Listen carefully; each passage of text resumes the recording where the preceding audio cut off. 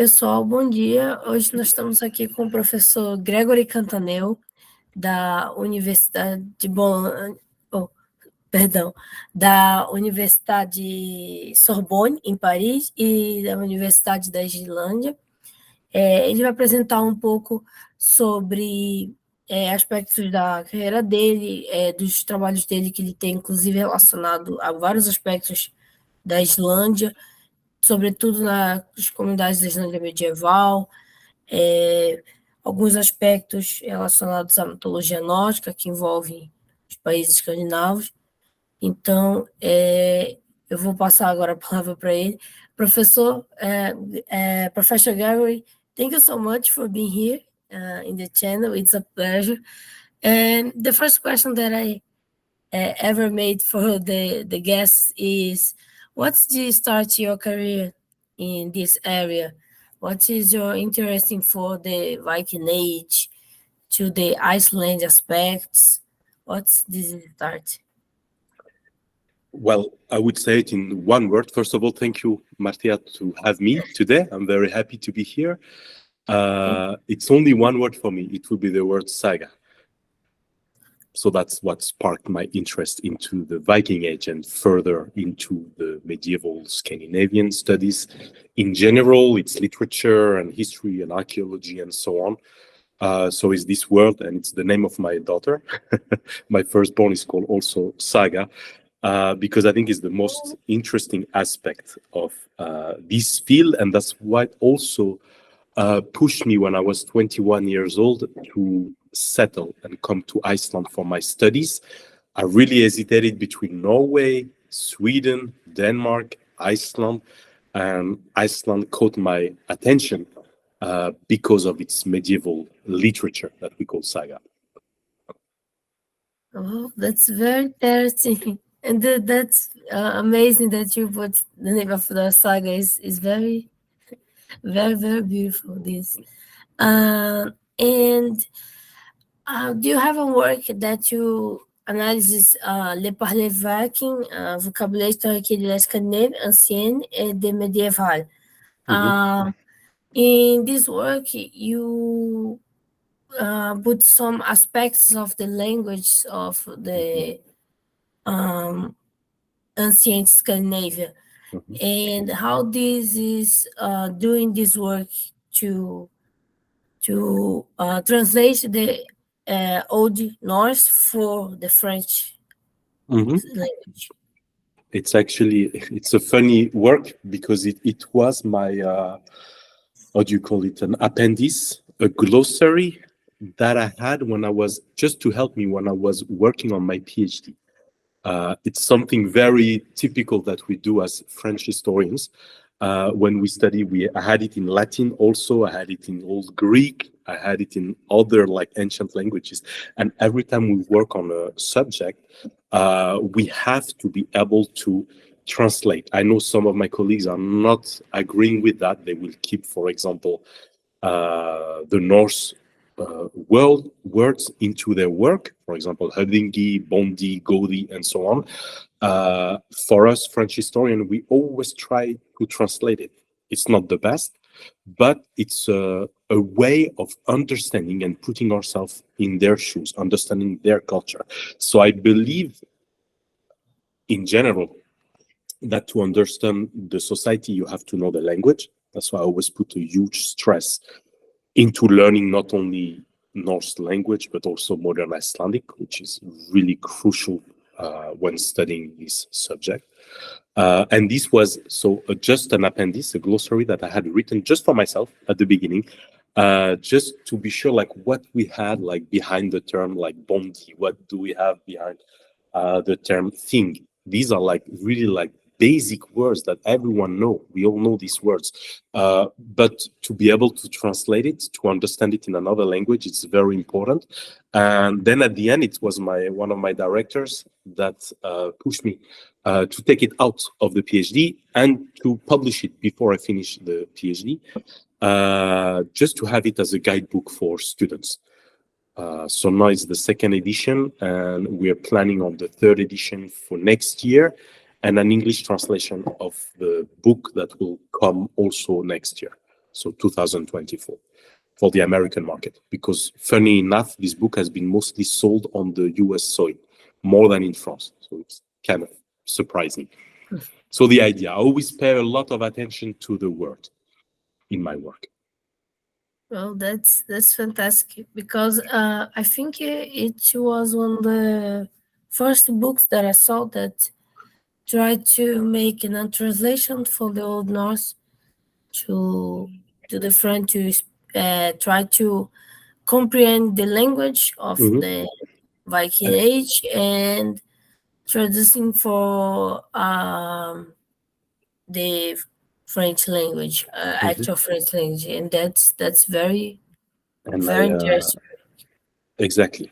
And just to follow up on this a little bit, it's made as historical semantics, which means it's not a dictionary, it's a lexicon. And the difference is like it has a use to understand and to present various aspects of the society.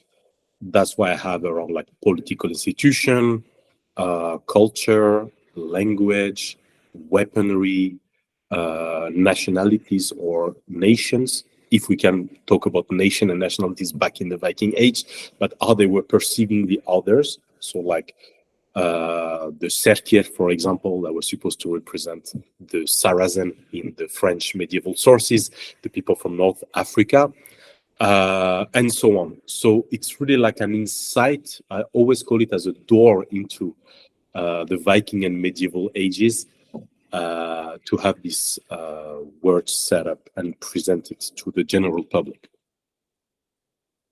Well, that's fantastic. That's very amazing work.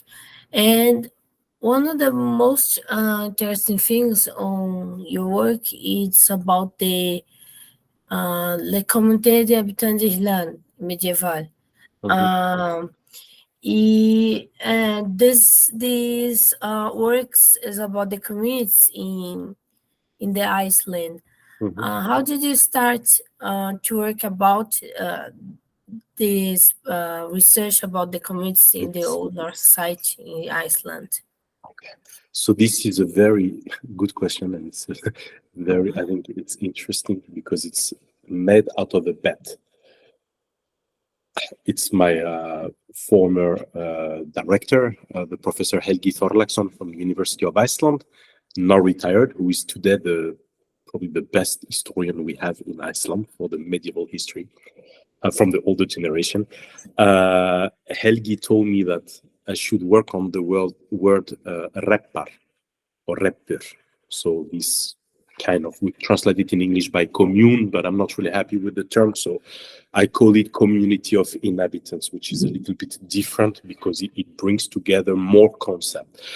But first I started working on that, and he told me that there's nothing to say about that. So the research, when I started this work, the medieval research had only like 8 communities per se that we had in the medieval sources.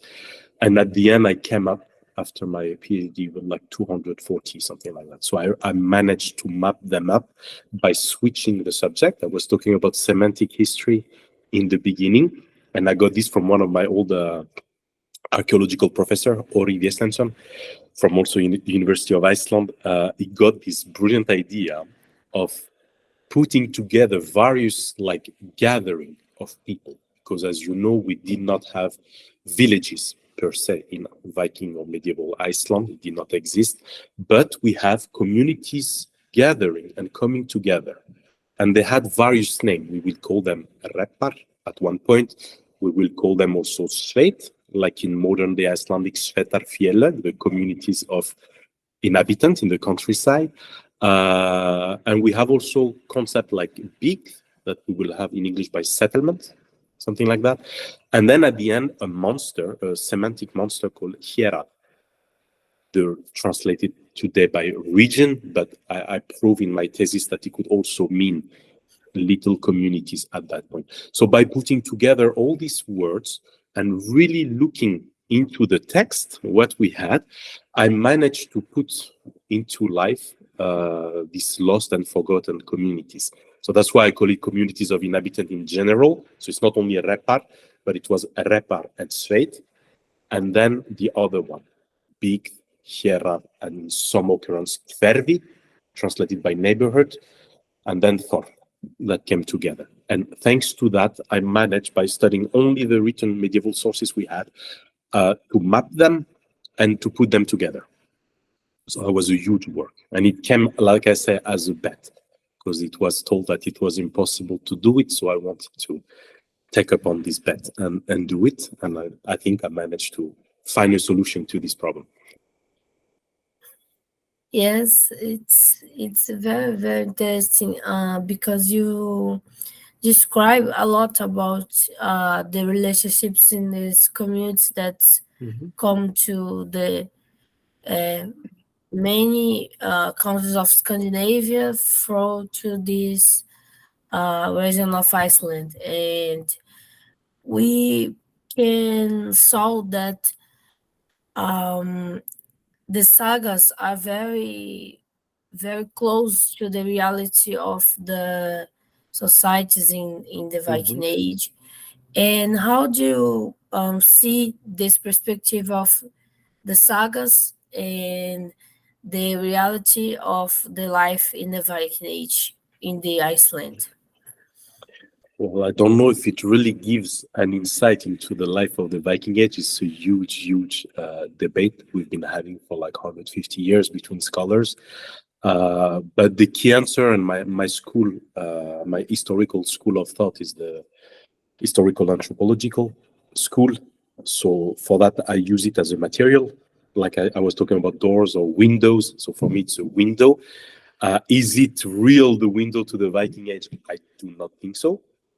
But I think it's a good window to understand the time when the sagas were written. So to understand the Icelandic society of the 12th, 13th centuries, that's actually very interesting. So when you do like a parallel, like I did in all of my work, I always do the parallel between the contemporary sagas, samtíðarsögur, in Icelandic, or what we call also political sagas and so on, but all these that are supposed to represent the event of the Sturlunga age, put it like simpler, so Bishop sagas and Sturlunga saga compilation.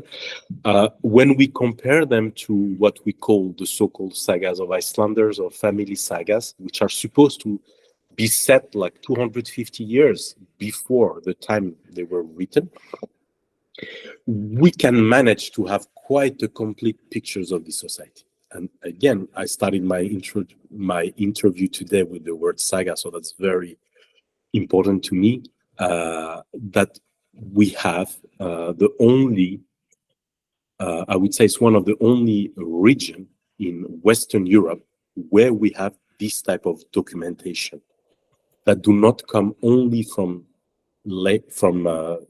church writers, but come from peasants. I mean, peasants, binder, like rich elite, rural elites, and also laymen, clerks, and so on. But we have a real insight into the life, the daily life of these people. So that's very interesting. And when I work on the communities, I managed to depict what I call the communities of binder, so the communities of the peasant or peasantry, as a part of the elite of Iceland. And with this, I could drag from the saga very interesting details about agro-pastoral logics, agro-pastoral culture, and I could find out, like comparing that to the laws that we have, or the legal text, or the diplomatic sources we have from medieval Iceland, find like really interesting and deep knowledge into this, I would say, peasant life, peasant traditions, peasant rituals, which I did not find anywhere else in other medieval sources, because my work is basically a comparative work with Western European societies.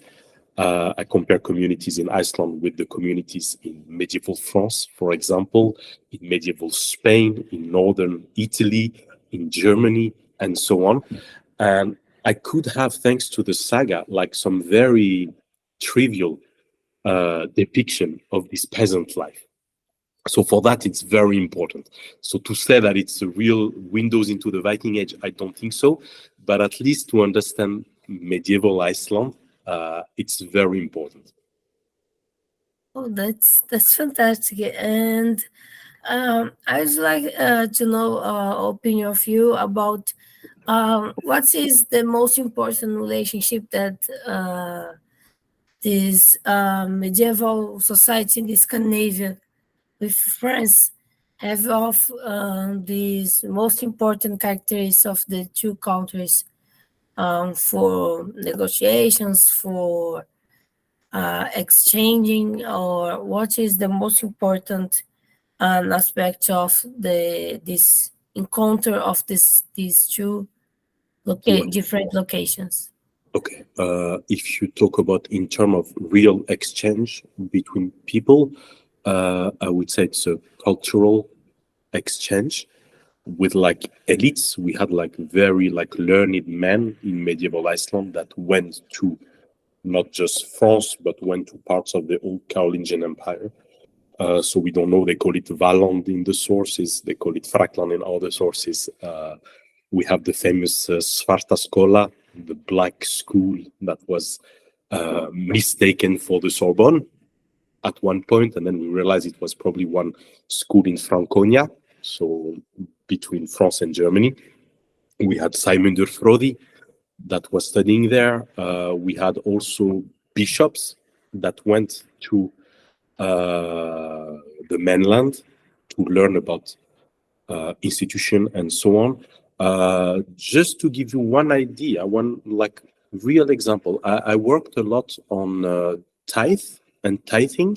In Icelandic, it's called tiund. You know the decimal structure we have from the church, the tax the church imposed to the elites. I work extensively on this for the Icelandic society, and for me, I think it's the biggest change in the year 1100 in Iceland is this adoption by the Icelander of the tithe law. I think is the biggest, as big as the Christianization of Iceland when it came about 100 years after, in 1096 or 97, depending on the sources. And I think I managed to prove it in my work, that it came directly from a structure we had in the old Carolingian Empire. In some capitularies of Charlemagne, the capitulary of Paderborn, I found a huge parallel between that. And knowing that the two bishops that were involved with first voting the law of the tithe laws in Iceland and then implementing it into the society, studied there, learned there, and came back to Iceland with this weird concept that's totally foreign to Icelandic society, but brought this foreign concept which actually shaped and changed the Icelandic society to bring it into what we knew afterwards in this age of the Sturkling. So that's one example. So I would say with these exchanges of cultural things, then in terms of stories of institution, which I have focused on in my research, I found a lot of parallels because Iceland was not as isolated as it seemed from the rest of Western Europe. And they had a lot of exchange, a lot of cultural stuff. Just to look at the text they were, for example, translating, you know that they started translating king sagas, then they translated bishop sagas, so religious texts, and then they were interested into the knight saga, the sagas of chivalry, the Riddarasögur. All this shows that you had a real deep knowledge into the culture of the ancient world, the Romans, the Greek, and their mythology, also the church history, the apostle, all the sagas around the Bible and the saints. We had that part of the culture.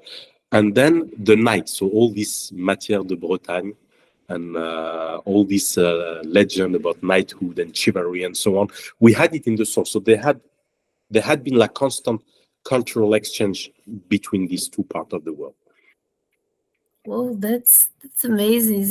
It's different because we saw that since the Viking Age, we have some events that are putting these two countries, different countries together in the conflicts, but with the pass of the years, after the Viking Age, I think, is the relationship of France and the Scandinavian countries are very have a very close. We have the Norman society that are descending of this relationship of the some aspects of the culture of France and some aspects of the descending of the Scandinavians people, and that's very interesting. Just on this, for example, because you talk about Normandy, which is a very interesting subject for French historian, maybe too interesting because some of them are very focused into just Normandy and not the rest of the invasions and so on, because we had them in Aquitaine, we had them in Mediterranean border, we had them all around France, not only in Normandy. But I wrote a paper on whaling. I work about this little society, fraternities, and something we call the guild. The guild, you know, this conjuraciones in Latin.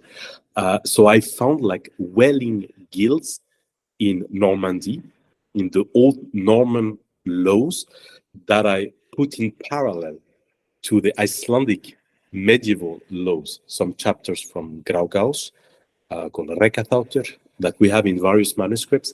And we found like communities of whaling sailors that were like hunting whales, and excellent, basically copy-pasted parallel in between the two societies. So imagine a society that has evolved around the century, and they had like very similar way of regulating this guild and these whaling statuses. So from Normandy to, you know, Iceland, you had like very similar from both sides of the Norse world, if you want to say, or Viking or medieval Scandinavian world, or influence of Scandinavian. You had these two institutions that were very quite similar in both ways.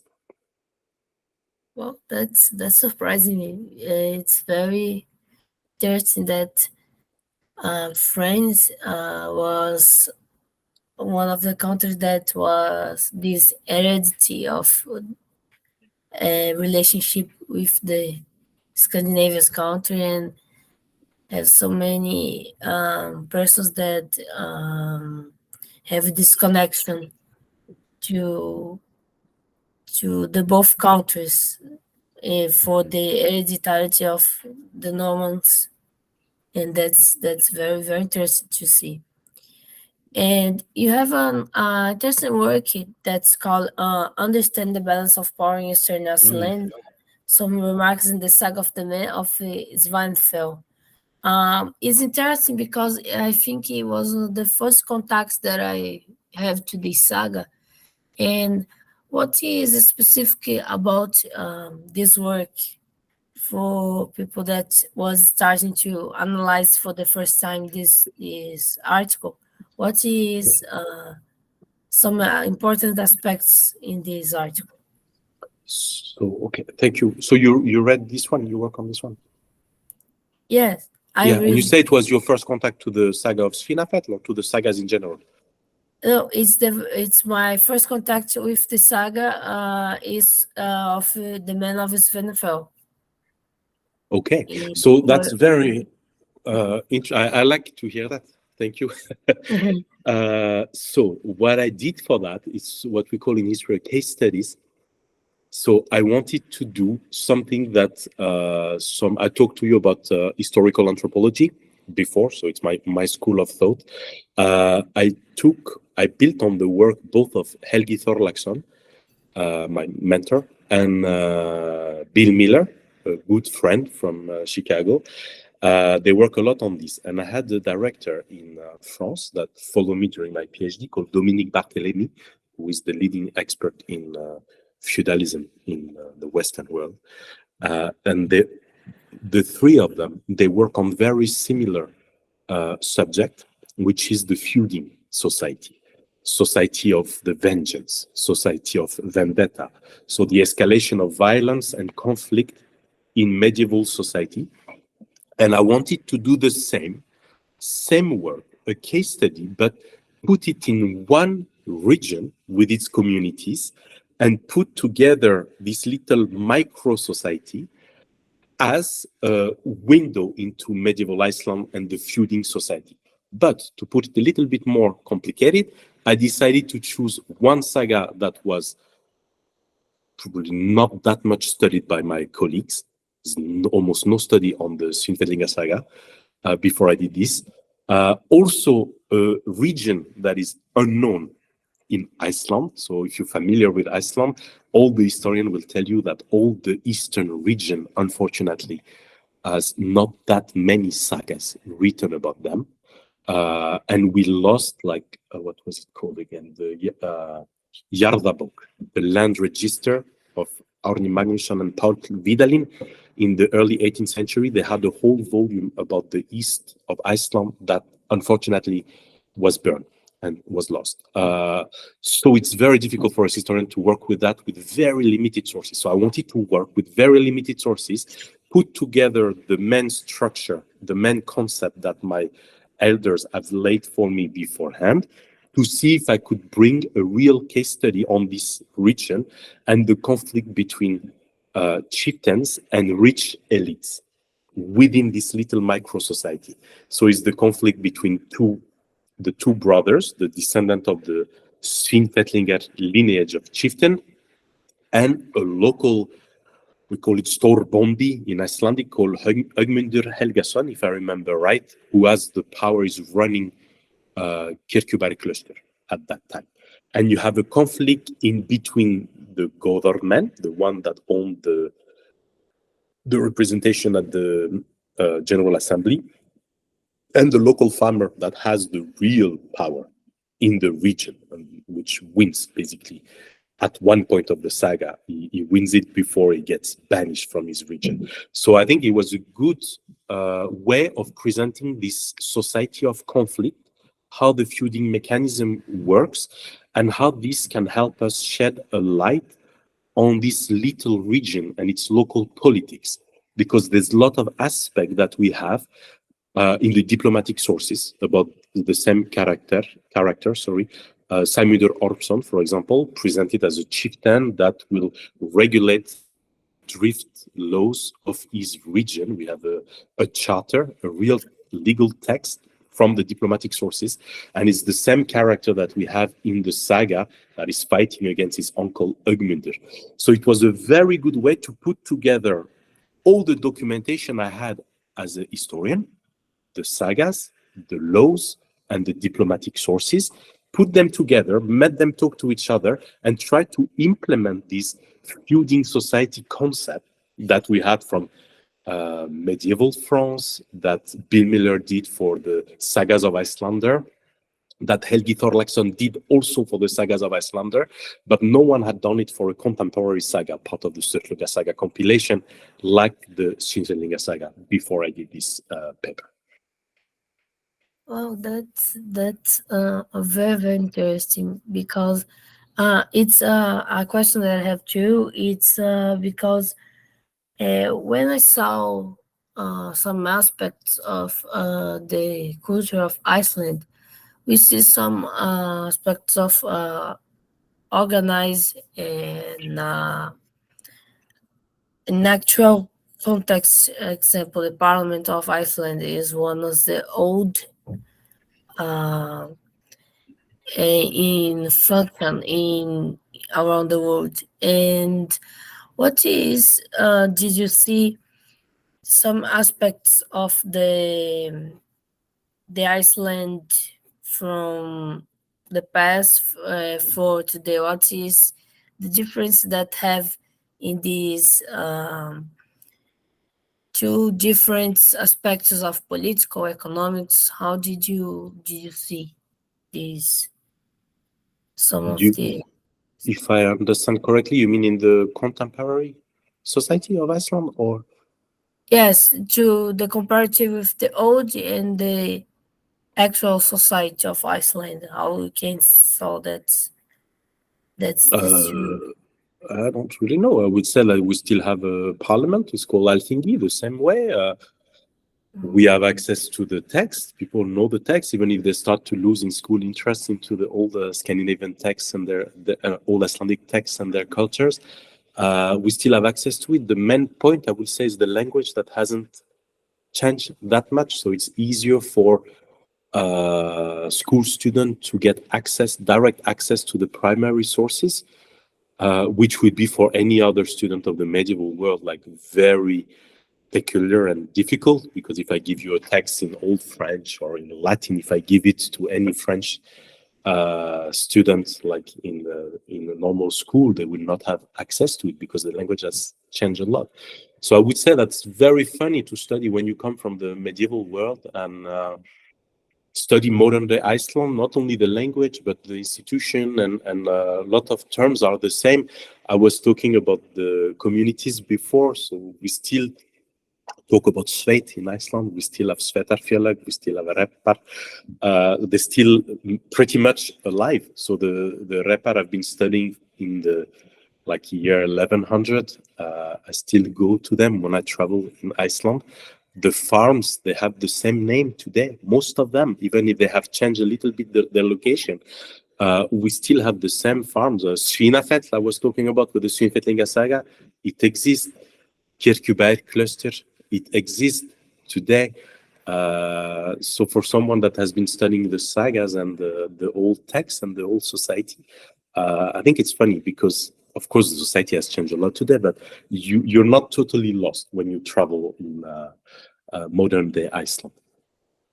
Oh, it's interesting because I think Iceland is one of the most that preserve Oh yeah, aspects of the past and continue in the present. Is very, very interesting.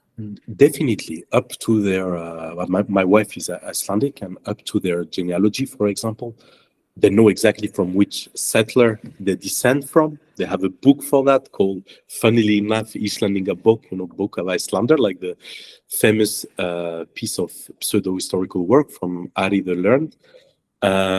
So they have that. They can say, yeah, I come back from Melkor Cadiz, or I come back from Elgi the Lean, or I descend from them, and they have all this lineage. And I think it's still funny because they still get pride out of their ancestry, and so it's really pretty much part of the culture. Just the teams also, like football teams or sports team, they're called Viking. It's like still part of the culture. Like the most famous candy provider in Iceland is called Freya. It's a company. It's not Haribo. It's not Mars. It's not Snickers. It's Freya. So we still have the names, even if we don't really think of it or connect it to the goddess Freya in the old text. It's still part of the language. I had a very good friend from Arnastofnun, the Institute of Manuscript, called Andrew Vaughan. He was professor in Leeds back in the days, and he lives in Iceland now. He was always saying that he loves to talk the language of the gods by speaking modern Icelandic, because for him it's the same language as the Snorra Edda, for example. It hasn't much changed over the years, so he was always proud of saying that I'm talking the language of the god by speaking mundane Icelandic in a day-to-day basis. So that's also a good point. Oh, that's very interesting. And you have a different work that I like. It was published in the Bratai magazine. That was the Scandinavians in Poland, Yes. and it's very, very interesting because you analyze the presence perceptions of the Vikings in Poland, and it's very interesting because you work with the Vikings in the Eastern Europe.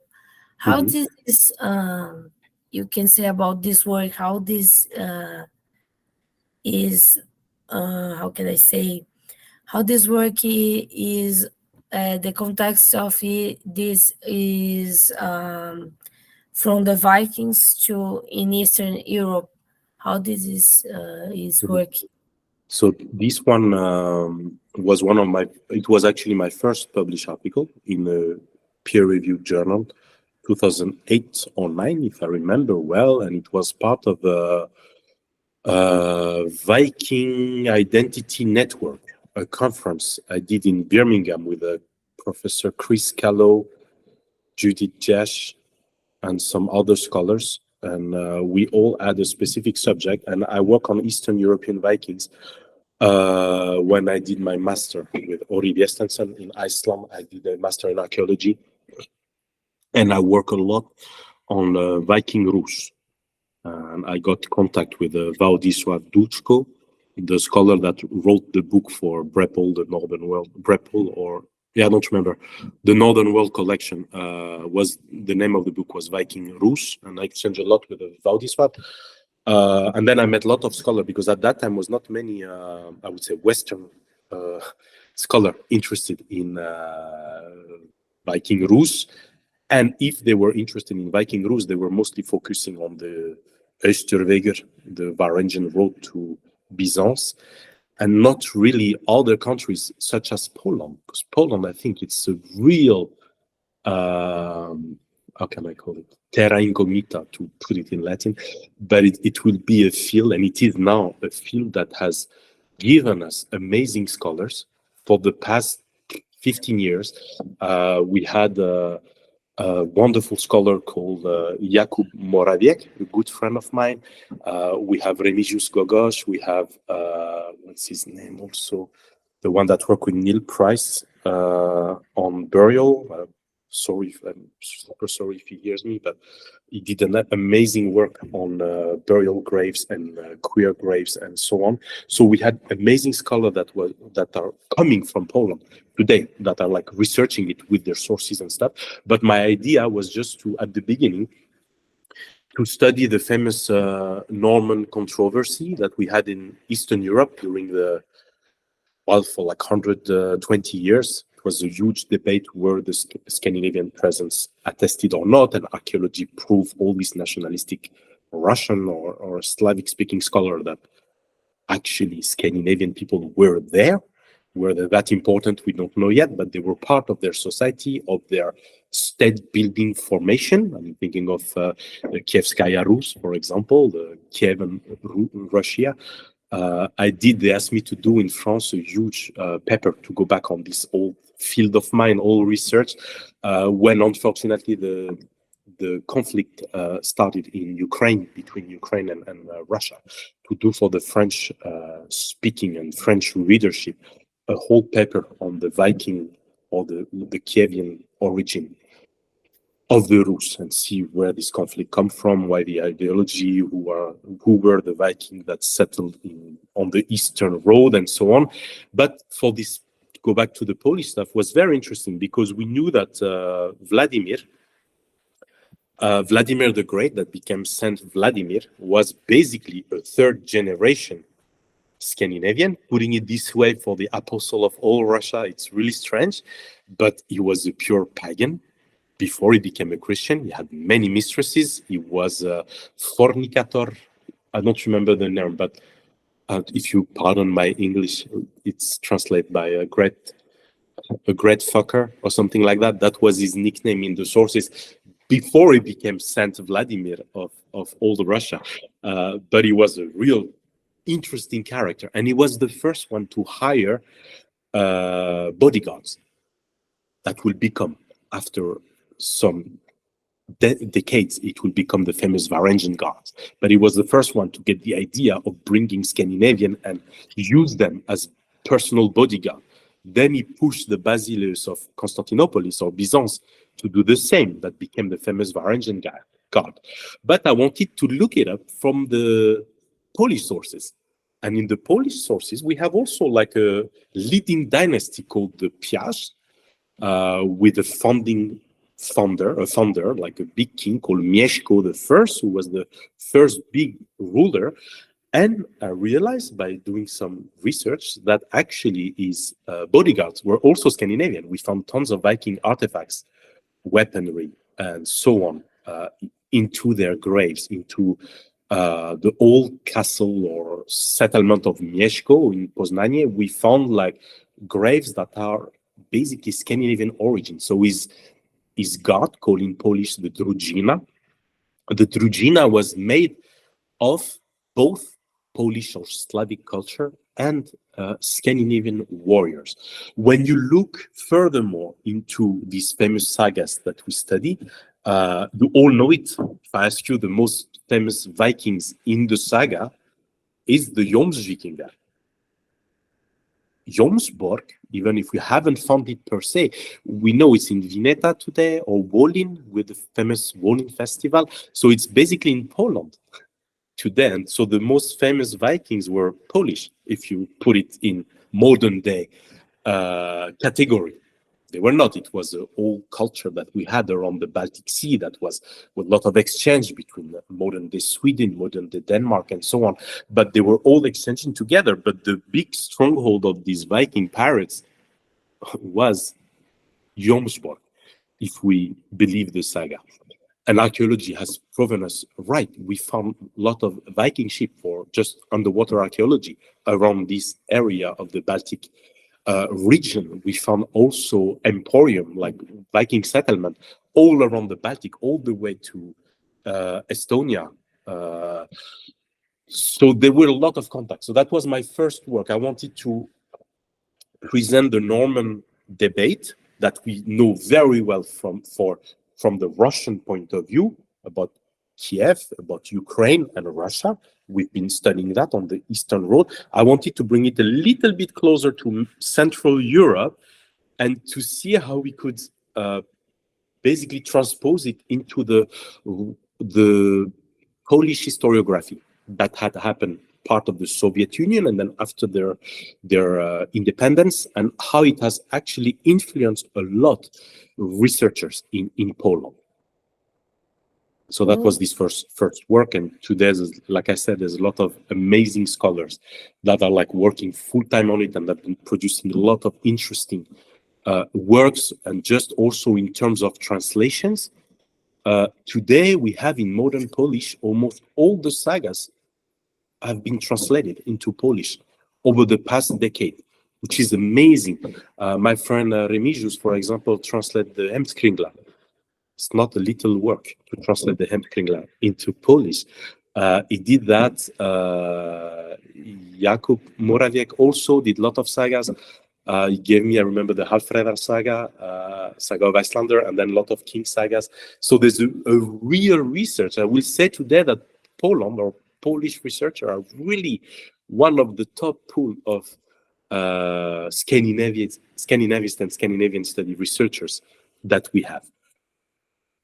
Oh, that's amazing, because we only saw sometimes we analyze when we start to study about the Rus of Kiev is the territory of Russia, Ukraine, but sometimes we forget the parts of Lithuania, Poland, and exactly. And it's as much important because they were using these trading routes. I mean, you know the Viking as well as I do. They were using all these routes to go down, and the only purpose at the origin was to do business. So they had to go through these trade routes. That was not only the Österwege that we know, but they were going through Central Europe also. As long as you had the rivers, they would go on the rivers and try to do business and plunder when they could not do business. But that's their history. Yes, that's fantastic. Did you have some analysis about the travel of Ibn Fadlan in the Volga River? Did you work with Yeah, that? I work a lot on this, and I speak Arabic, so it helps. But I work on his text, and I found also when I studied the Viking in Poland. So Ibn Fahlan is for the Eastern Road. So he's describing some Rus that or Varangian that were on the Volga River, so really in the east. But the Polish, they have their own Ibn Fahlan. They have Ibn Yakub. Ibn Yakub went to the court of Mieszko and describes, he calls it Sakaliba in Arab, and he describes the court of Mieszko and Poland during this time. So we had a perfect parallel from two Arabic travelers. The only stuff I have, if I can talk a little bit about the Risala of Ibn Fahlan, there's one thing, because I know I'm not going to be popular with my fellow friends working on mythology, but the burial ritual that is described in the Risala, that has influenced a lot the research about Viking Age burial, the famous boat that they will burn. All this ritual, the way he describes it, for me, the people he's describing, these famous Rus people he's describing, they actually, from ethnicity point of view, ethnic point of view, they have borrowed by that point a lot of features from the steppe people,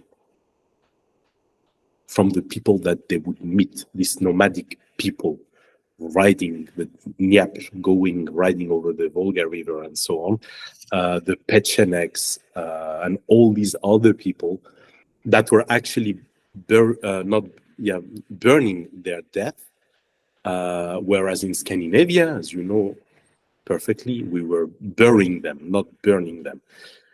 So I think this ritual that Ibn Falan is witnessing shows us already a type of cultural interaction, cultural adaptation and change within these Rus, these Scandinavians that are living in Eastern Europe. They have already adapted themselves to or took something from their neighbors, from the people they were fighting. And this, we found it a lot when we study the early Rus and the way they settled in Eastern Europe to assert their domination and their power. They will always borrow from their adversaries some of their traits, some of their features, some of their culture. One of the most interesting features that hasn't been worked on, and it's very interesting, I think, I work on it for a lot of time, but I never publish on this, is the famous symbol of Ukraine today, the trident. You see this famous trident that you have, which is really strange, and it's born during the Viking Age, and is the symbol of all the Rurikid dynasty, the dynasty of the first rulers of Kievan Rus. They adopted this symbol out of the blue. But when we look at description of this type of symbol from all the artifacts we have in Scandinavia, it doesn't look like anything that the Scandinavian would create. It's not part of their art form. So I've been studying it a lot with a local scholar in Kiev, in Russia, called Alexander Kozakevich. And we actually came up with a good idea. This is a tamga. The tamga was the symbol that you had on warlords of the Kazakh empire or kingdoms. They were having that on their flags when they were fighting. They had them painted on their shields when they were fighting. And each of these tamgas represented a ruler, a nomadic ruler from these Kazakh tribes. And as you know, when the Rus came into this region, they basically took over and they destroyed strongholds that were held before by the Khazar. One of the first wars that we had between the Rus and foreign adversary was not against Constantinople, it was against the Khazar. So they adopted this symbol and they made it the symbol of their dynasty. Every ruler of the Rus, all the way to Vladimir, Sviatoslav, and so on, they had their own version of the famous trident, we call it, because we don't have a better word for that, of the Rurikids. And you have it today, funnily enough, it's on the flag of Ukraine. You still have this trident. I invite all of you to look it up. But we have version of coins. I've been studying it a lot from a numismatic point of view. We had all these coins from each of the first ruler of the Rus that was basically adding to this trident something else to change. So as soon as a new ruler came into power, then you had the half-brother dynasty, because the Rus were very fun to watch. It was a real dynasty, like full of history, traditions, and so on at the beginning. But they adopted this custom just to assert their power over a new land, a new people, new subjects. They had to copy paste what the old ruler had to legitimate their power in this new conquered land, because they were not as many as the people living on the land. They were just a little elite of rulers. Same situation happens when you study Normandy.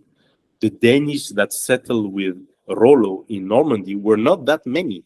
They were just warlords or warriors following Rollo on his expedition, but then it was a whole population of Frankish subjects living in the Duchy of Normandy. All right, I think we went far, but that's just an example of the Eastern Road and stuff that are still to be investigated for us.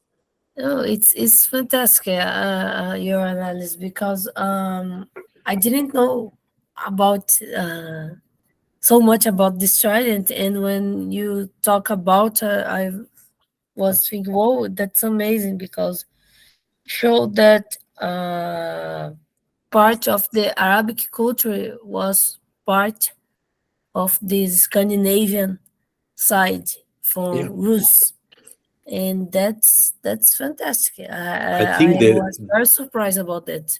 yeah, they always had, I think it's a characteristic of the Vikings and the Varangian and so on. They always had a huge capacity of adaptation. That's why they succeed. They could adapt wherever they went. They will blend with the population. They will adopt customs. Just imagine how successful, because we talked about Normandy, how successful the Norman became. It became one of the most powerful vassals of the King of France from a territory that was just left out. It was just March, unsettled territory before the King of France gave it to his new vassal, Rollo, and his descendant. And Normandy, after what, 3-4 generations, 1066, the Duke of Normandy, William the Conqueror, got Britain, Great Britain, was as powerful as the King of France. So they really had this capacity of adaptation wherever they went, by adapting themselves, by understanding the other, meeting really the other, and getting the best from the other's culture to adapt and to survive in these new territories. Oh, that's very a very very good analysis, because we can saw that have very points that the Scandinavians that come from the Scandinavian country Mm-hmm. to other countries, the descendants are very have incorporated many aspects of other cultures. They Mm-hmm. adapted herself from the situations, and that's a very interesting thing about this difference between the I think in this period, that in that moment in the history, the Scandinavians have some cultural aspects, but his descendants of from that stay in other countries, creating a totally different perspective Mm-hmm. of Bayesian culture. They have a mix of many things from other cultures to create your own culture, and that's very very interesting. That's correct. And you have an interesting work that I liked, the Coup Solar, et savoir astronomique de le Nord ancien. Uh, how did you analyze the Sorry, solar? which work? I did not get it. Coup Solar et savoir astronomique dans le Nord ancien. I think is that about the Coup Solar. About the what? Coup Solar, solar culture. Cult solaire. Yeah, sorry. Yeah. Yes. I did this. Yeah, of course. Yeah, sorry. That was for a more popular audience. Yeah, it was just a general work. I work a lot for a magazine that unfortunately is not longer available, but it was called Antiquity. It was a leading French magazine and journal on antiquity, and I was always giving them paper about, I would say, Scandinavia and all Germanic culture into the Bronze, Celtic, Roman ages. So pre-migration period. I did a lot of, I think, unique article in French, at least, on like the Cimbre, the Teuton, and all this interaction between like a Roman Empire and ancient Denmark, or the Celts in ancient Scandinavia, and so on. A lot of exchanges around this. And the solar cult was just like a normal study. It's more on the, I would say, mythologic or cultic aspect of things. It was just a study about a very general study about the petroglyphs, the paintings, rock paintings that we had in mainland Scandinavia.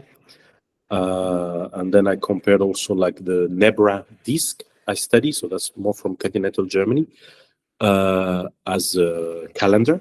That was a astronomical history of this artifact. And then I did something on the sun chariot of Trunhold in Denmark, just as computation and the way of representing, like I said, the sun cult, or way of calculating the days as any lunar calendar base or solar calendar based structure. That was a kind of prehistoric study, mostly based on archaeology and art history, actually, through artifacts. Oh, that's a very good point, because my next question is about, you have I think 2 or 3 studies about the Romans, in the influence of Romans in the Viking Age. So how did this have this influence to create the Bracteates? Oh, yes. I worked, so we had actually a lot of, when you look, because it's always, in our field, it's always, what do you say, forgot. We always forget this, because you need like credential as a historian. You have to have one period in history that you're focused on. You cannot really focus. And for me as a medievalist, I have to focus on medieval history. But one of my undergraduate background, I was studying, before I studied Scandinavia, I was actually undergraduate in Roman studies in France. I studied a lot about the connection between the Romans and the barbarians. That's how I came into Vikings afterwards. And when I look at this Barbaricum Romanum, so all these people living beyond the limes, you have tons of exchanges, very interesting exchanges. You know that the biggest threat for the Roman were the famous Cimbri and Teutonic tribes that Marius defeated in the Aix in south of France, and I researched a lot where they could have come from, and I realized they came from Jylland, they came from Denmark. They were basically Proto-Danish. So they came from this area. Then we had the most famous artifact in Celtic culture, called the famous Gundensturp cauldron, with the Kernunos and all these. Well, this cauldron comes from a bog in Denmark. It's far from the Celtic border when you think of Celtic tribes. So there's a lot of exchanges that we saw. I found tons of artifacts that we found in Denmark that are all preserved at the National Museum of Denmark, that come from the well beyond the limes. One other thing we find is that the Romans, as legio, as military warriors and military culture, they will also, like I said, with the Vikings and the Tamga on the Rus Valley, they will adopt artifacts, they will adopt features of their enemy to be stronger. To give you an example, the most important revolution of the Roman army was to adopt the chain of mail that the Celt invented. And then it became part of the legionaries' equipment. So they took it, they knew it was interesting. They took this stuff from them. on the other way, we found that the Roman were using the famous bracteat as part of their insignia. So they were wearing that on their uniform. So we found in the Roman world, we found graves with Roman soldiers buried in it, mostly the elite. I'm talking about the officers. They would wear this the same way they will wear the torques of the Celts that they will fight. They will wear the bracteat of the German that they will fight, and they will incorporate it into their uniform, into their bracelet, into their necklaces, and so on, just to show or take power. It's type of a, call it in Latin ex voto. It's part of taking, the power. It's a very, anthropological aspect, but you take the power, the feature of your enemy. You know your enemy to fight it better, as Sun Tzu puts it. So I found that, but not only that. When you look at a lot of camps or strongholds that were built in the migration period, and then afterwards in the Viking Age, in Denmark and also in southern Scandinavia, the structure of these strongholds are actually based on very similar structure that we had from the Roman camps.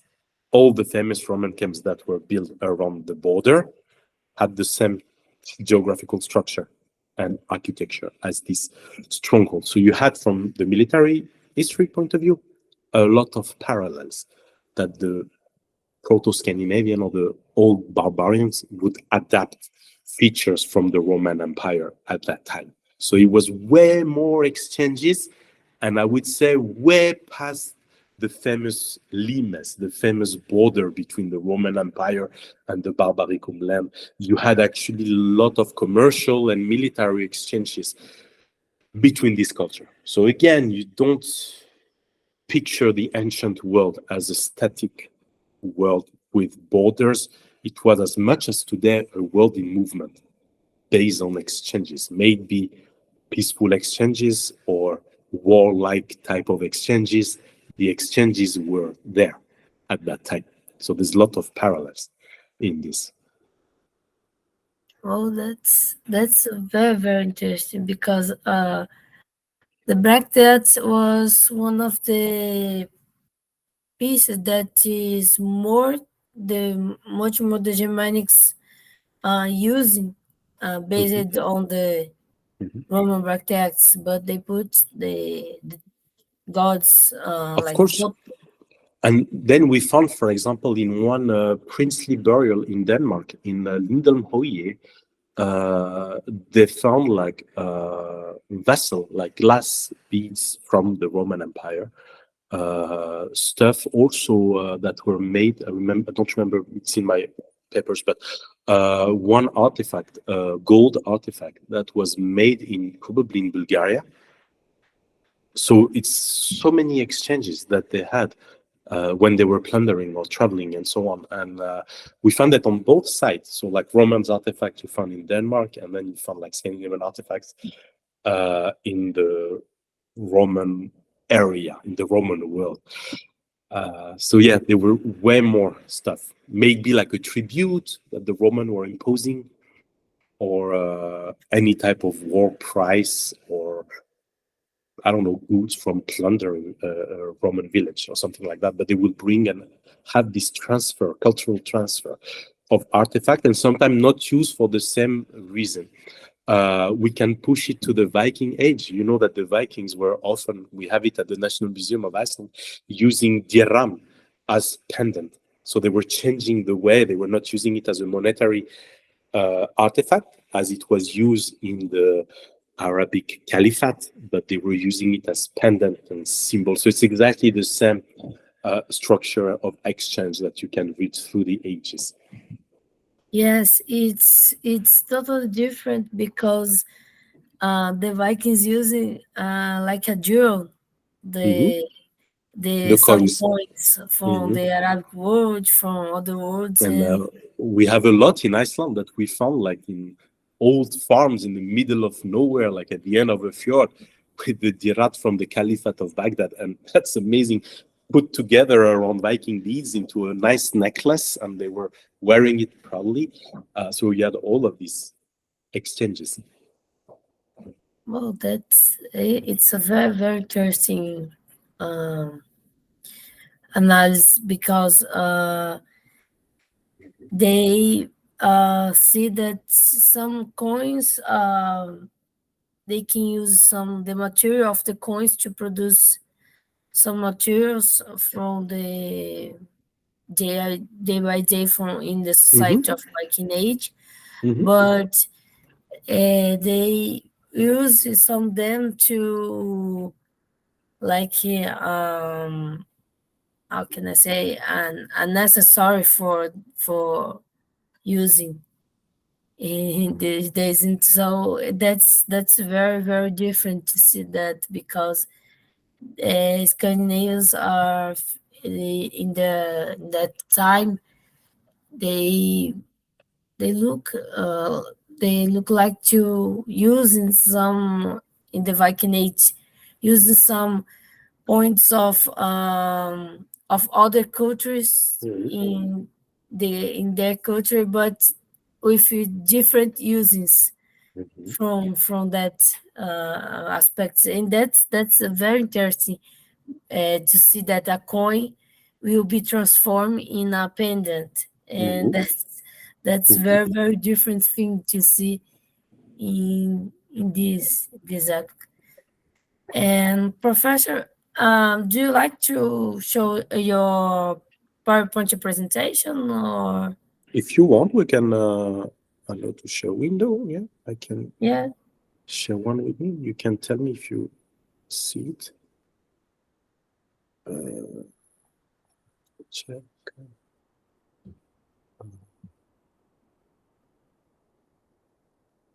Right. It's the wonders of technology. I have it here. Okay. Do you see it? No? No, for me not appear. It's Okay. Maybe you can do it from your side. You have the PDF document. Can you um, share it from your side? It will be probably easier yes. because I'm Uh, trying to I do, think but I it's not. don't. You, I think you don't send me the presentation. Okay. I'm trying to. If you Yeah. send me, I can put here in there. Here's the one I had. I'll send it to you so that we can share it with the viewers. Ah, your screen appear now. You see what my Google. Yeah. Okay.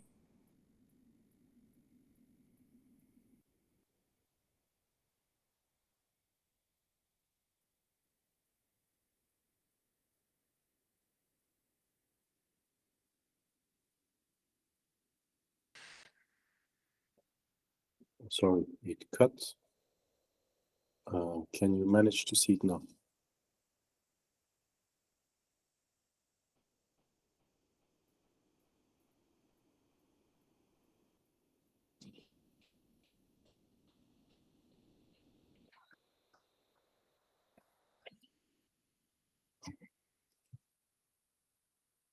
Okay, I just sent it to your Gmail, Marcia. Mm-hmm.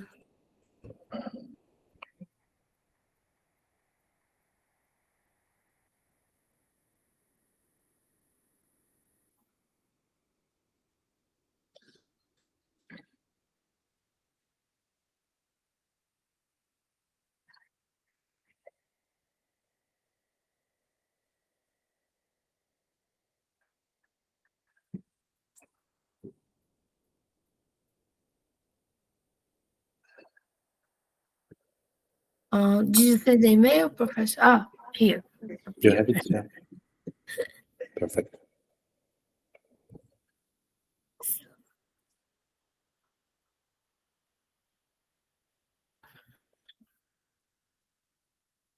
Okay. Let me.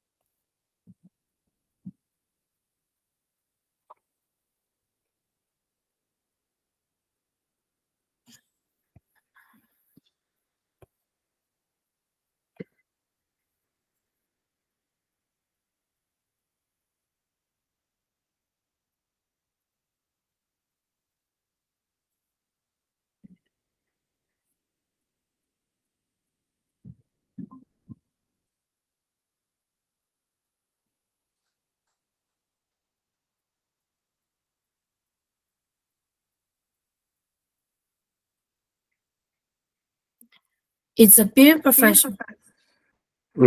I have it, yeah. Let me put in. So we want to start from here, or Yeah. But just notice the front page, you can go to page 2 already. So the little, yeah, I don't know, we talked about this already. That's just a short biography I had. So I'm from France, as you can tell with my accent. Moved to Iceland in 2005, but I kept a double cursus with Sorbonne and University of Iceland. And now what I'm doing after my PhD, so I'm writing what we call a habilitation in French. So it's a long work, and I work on that at the École pratique des hautes études in Paris. And I work on the same on a medieval Icelandic society, and I push after the communities I'm working into like some other political structure that we had in medieval Iceland at that time. So that's, yeah, just a short biography. That's the PhD that I finished during COVID. So it's what we talked about in beginning, the community of inhabitants in medieval Iceland, 11th, 13th century.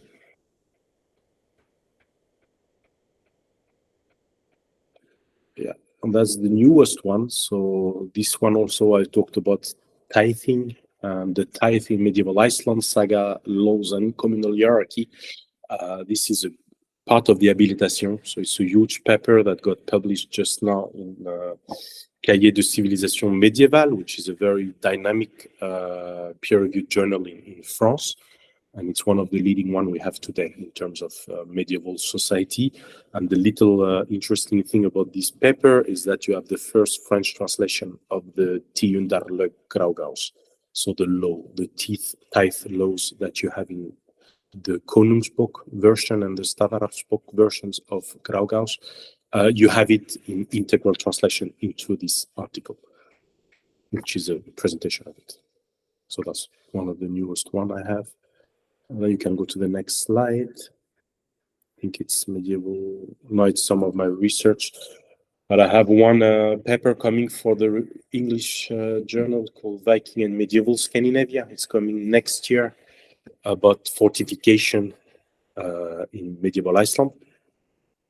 And it's part of my work also for the habilitation. So I work on this concept of incastellamento that was coined by a French historian called Pierre Toubert, who works on that. So I worked during my PhD on another concept called the framing of men, if we listen to Chris Wickham, but we call it in French encellulement. So I work on it for the PhD, and now I'm trying to study the two other concepts, like coin concept part of it, which are incastellamento and in ecclesiamento, which is the church framing the people and the society. So it's what I did with the tithe structure, and now with incastellamento is how these centers of power in Iceland, the one that were fortified during the Sturlunga age, had an influence on their neighboring communities. So it's all putting them together. So basically re-giving a new interpretation of the Icelandic society of the 11th and 13th century. So it's a huge work. And part of this work is the first ever translation of the Graugaus into French, which I'm done now. 70% of it is ready. I've been working on that for like 15 years. It's a real huge work, but it's coming to an end, so that's good. You can go to the next one. And then translation. So like I say, I do the Graugaus in French. It's going to be published soon. And then I have a contract with the Parisian editor called Champion, Honoré Champion. It's a very old house, editing house in France, and they specialize in medieval text. So I have a contract with them for 2 publications, and one will be in 2 volumes. It's the Bishop sagas in French. I have like selected sagas. So the early one, I based my translation on the excellent work that we had from Ásdís Egilsdóttir and other Icelander that published it in Íslands Fornrit. So I base it on this. The edition is just amazing. So there's not much for me to do except translate it and translate the notes and so on. And then I've been working on these northern regional Icelandic sagas, which are not translated in French. The first one I had that I have translated, I just wait to publish it. It's basically Ljósvetninga saga, which is my baby. I really have worked on it a lot during my PhD. And then the Regdala saga of Vigaskutu. So I'm taking, it's the same idea I had that I presented for Svintetlinga saga. I was one saga with one regional aspect. I'm trying to study these 2 documents, these main narrative sources, just to illustrate a regional monography of this region. This is the northern eastern region, and try to present it through the scope of 2 local sagas. So that's for the next, that's my work for the next 10 years, basically.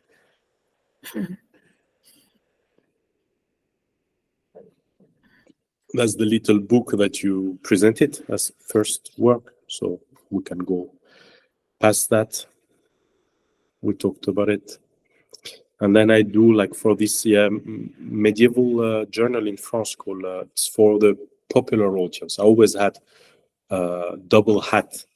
I got that from an old professor in Sorbonne that unfortunately is no longer with us, called Régis Boyer. Régis Boyer was always very keen and very good in conducting a very high scientific career, mostly teaching and publishing extensively on the Vikings, on the saga, and so on. And at the same time, he was not leaving the general audience like in this famous Brume du Nord, like he said, like lost, in the unknown. He would always try to take them up and show them what were the Viking, what was their culture, and so on.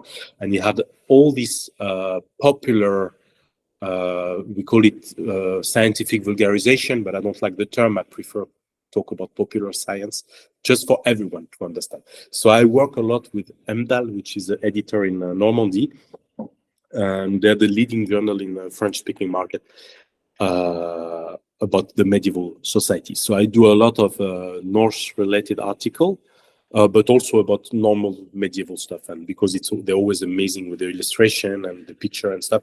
So all the following article that you're going to see are some like here and there, some article I gave for the general public to get interest and to get some clue about the Viking and medieval society in general. So this one was about the concept of Viking as pirate.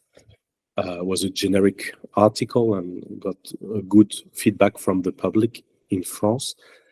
You can go to the next one. It's basically just to show some of these works.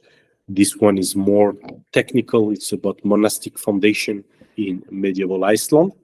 It's basic state of the question. So I present the monastery, the influence, and the parallel again between monastic culture in Western Europe and how it is in Iceland. So again, it's popular science for the general audience to keep up with what is being done today in terms of archaeology and history for that. Can go to the next one. This is more about paganism. I have a mythological conference that my good friend Johnny Langer, the professor Johnny Langer in Brazil, is organizing in October. So I will be actually talking about that, the concept of Hoth, the famous temple that I do not believe in, at least for Iceland, in ancient Scandinavia. So I'm going to talk about the concept of Hofgori and Hoth. In this, and basically based mostly on archaeology and based on what we know from the sagas and the law text. So I will give a conference soon for the Brazilian audience in English. Also online, that will be next month. I still have to prepare it, but it's basically based on this article that I gave out. So I work a lot on this Hoth concept. Yeah, this one was popular. I did it for Neve, for the Brazilian. I got a translation on that in the Brazilian translation. I was very happy of one of my article on witchcraft and paganism and the concept of good and evil, in medieval Scandinavia. I'm still teaching that. It's something that's very popular among the public. I don't know why, but they really dig like manuscripts. Witchcraft manuscript, the famous Galdrabækur, sorcery, charms, and so on. It's still popular, so I still keep it as an interest, and I publish it, and it exists for the Brazilian audience. You have it if you check on Neve. There's something called a brucheria or something like that that I published on witchcraft, but of course the leader on that is Steve Mitchell from Harvard on this subject for medieval Scandinavia.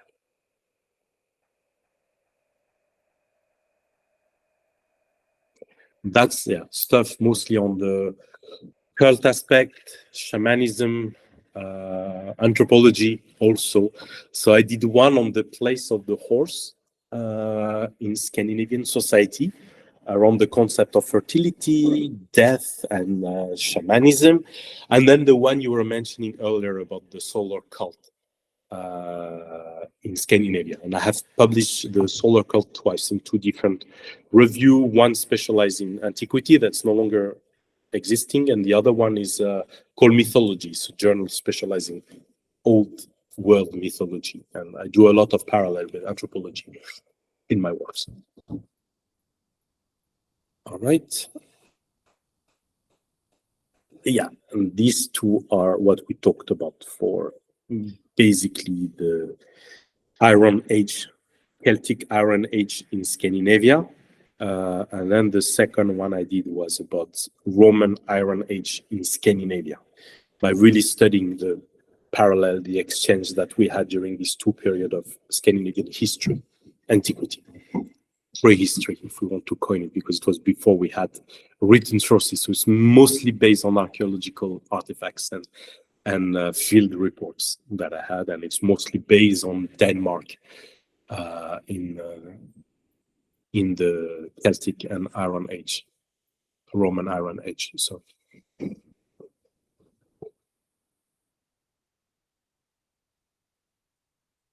same stuff, two case studies, so Scandinavian origin of the Cimbri people with their Bormos fortress that we believe today is one of the main settlements that the famous Cimbri had, and it's located in modern-day Denmark.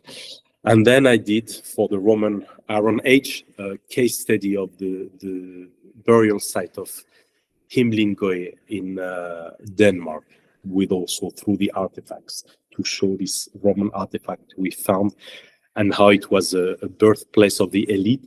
And for the little fun fact, we believe today that the kings that we had and the genealogical kings, legendary kings that we had in Beowulf, the Old English poem, it's from this place. It's from Himlingøy in Denmark, the famous Hrothgar, King Hrothgar that Beowulf is serving is actually the legendary king of this archaeological settlement that we have in Denmark. So I really like it. It's one part I want to do that sometime in the future as a hobby, I want to write a monography of Scandinavia during antiquity. So before my field of expertise, which is medieval, I will want to do something in the ancient times and have something about the history and archaeology of Scandinavia at that time.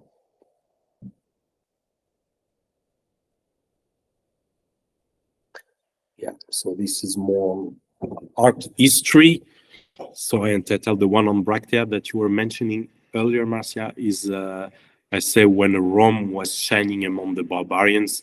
So it's about the Bracteat. It's a case study on this and a new interpretation of this corpus of artifact that we have. That's for the Roman time. And then for the early medieval period, I did a very similar article on the famous Gullguber, these little coins that we had, like little golden foil or metal pieces that we had, that we found with a lot of interesting mythological symbol. The first one I have in mind is the famous Hierogamos of the Greek, the holy marriage of Freyr and Skadi that we have.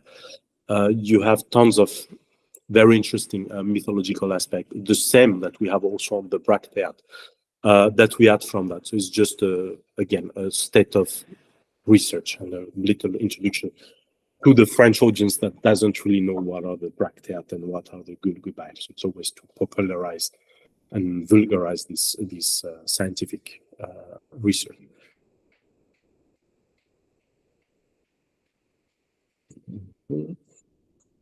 As the big one, so this one was a heavy article, and the one I did on Kiev as a foundation from the Scandinavian and the history. So I went back onto the Normanist history and I developed it today, what we know today about this and why it's still a very, very sensitive political subject nowadays, mostly for the claims that some political leader might have today over Ukraine. So yeah, I tried to bring just the neutral historical aspect of the subject, just to put it there, and that's it. But this one got a very good press in France, and it was reposted and republished by mainstream newspapers in France during the conflict.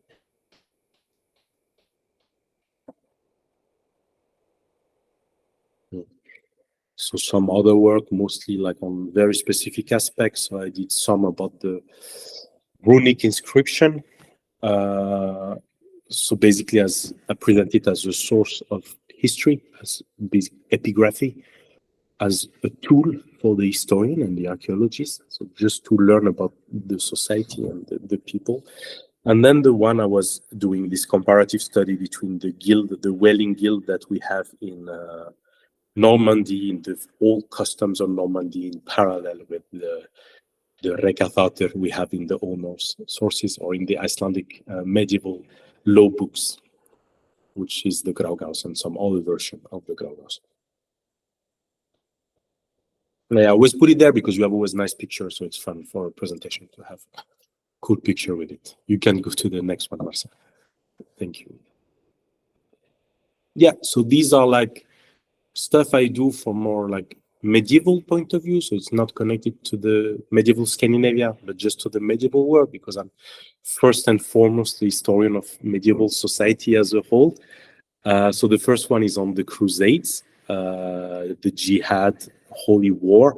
It was a vulgarization of a scientific paper I published for the French Institute of Strategic Research. I was conducting part of my PhD with them back in the days. So I did a lot of publication and books with this institute for the military history. So one we did on Jihad and Crusade. So it's this one, and I republished it to the general audience. And the other one was about hunting, which is one of my, I love. It's one of the subjects I really like.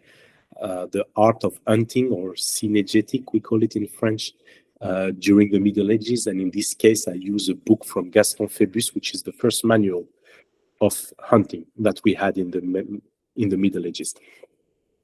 with like description of the process and so on. It's very useful. Was one of the bestseller at that time. Okay, you can move back to the next one. I think it's still for the medieval study. Yeah, this is cool. This one is on the heretics and the cult of the devil in the Middle Ages. So I write also on some parallel subject that I really like. I'm actually, for the little story, I'm teaching now at University of Iceland a class this semester on what do you call it? The fraternities of blacksmith fraternities and masons in the Middle Ages, and I take it from Scandinavia all the way to Europe, and I do a parallel on how they were building this and the society of these builders of cathedrals and castles all around the medieval world from a fraternity and community point of view. So I teach it in Icelandic for this semester. All right. Yeah, so that's the newest. So I do a lot of documentaries, and this one is one of the, again, on this objective of popularizing research, and something I think we like maybe, and that's why your channel I think is brilliant, because you can get the people that do the research or promote the research and actually diffuse it through your own channel to anyone that wants to take some time instead of watching Netflix and just clicking on your channel and watching the video. So I think it's useful, but I do it with a lot of normal channel. This one is for Arte TV, which is a French-German channel in Europe, and they specialize in documentary. So I did a whole series with them about medieval Iceland and also Icelandic folklore. This one, I took it up in June. It should come out in September or October this year. And it's about the Christianization of Iceland. And we took it up in Skalholt, the bishopric of Iceland. So we were on the archaeological field and then into the tunnel under the cathedral of Skalholt. So I will share it when it comes out. So it's one that I did. And then the second one you had, it's a very nice project I took part in called Serious Play. It's mostly on the anthropological aspect. And I did it also in Iceland. We did it, these pictures are from Mexico. So it was to study the Maya in Mexico by doing underwater archaeology. And we were diving in the cenote and we made a documentary out of it. And I did actually during COVID to keep busy during my COVID/paternity leave. I wrote a novel on this adventure in Mexico, and it's the next slide that you have. But it's a parallel, and I think the Viking people that will listen to that will have fun with it. It's called Kukulkan. I just did it for fun. So it's basically, the idea is like the Da Vinci Code. It's this type of thriller that I really like to read myself, but with a real scientific background, not crap that you had in the Da Vinci Code. And the idea for me was to imagine that a boat from the Vinland colony would have sailed a little bit southwards. And we have a legend in the saga of one mythical place called Kvittermannaland, the country of the white men. And I did a very thorough research on this Kvittermannaland and the history of the Vikings in Vinland, in Canada, and with Eriksstaðir in Vinland and so on, Eriksbúðir and Leifsbúðir, sorry, in Vinland and so on. And I wanted to do a parallel. And because I've been myself investigating a lot of the Mayan culture and the mythology of the Maya and the famous god Kukulkan, or Quetzalcoatl for the Mesoamerican, I found it fun to do like a funny thriller around this fiction and put it together. And I think I did quite an interesting job, because at one point, one chapter is exactly the copy and the rewriting of the Erbyggja saga, one of the saga of the Icelander. And it's one chapter that I have, and it's in the middle of my book, and it's a real translation and a rewriting of this chapter from Erbiga Saga. I'm using also the Greenlandic Annals. I'm using the Vinland sagas and so on. But it's set in modern days and in Viking Age. It's like two parallel stories that we had. And the book has been working quite well, so well that they want English translation. Or again, the American audience wants to have it in English. And I hope a movie out of it. So yeah, some stuff to keep me busy. So that's for the little presentation I had for you, Marcia. Well, that's amazing. I really appreciate your work because I like these other periods of history, like the Aztecs, Maya. I think it's very very interesting. Well, for Uh, Kukulkan, if you read the legend, if I may cut you, but for all of you guys who like the Vikings, if you look at the codices that we have, the old manuscript we had from the Spanish settlers that we had in Mexico and the monks and so on, when they describe all the legend they have around Kukulkan are basically the same. You have one legend. The date that we have for this legend are around the year 1000, 1010. Okay.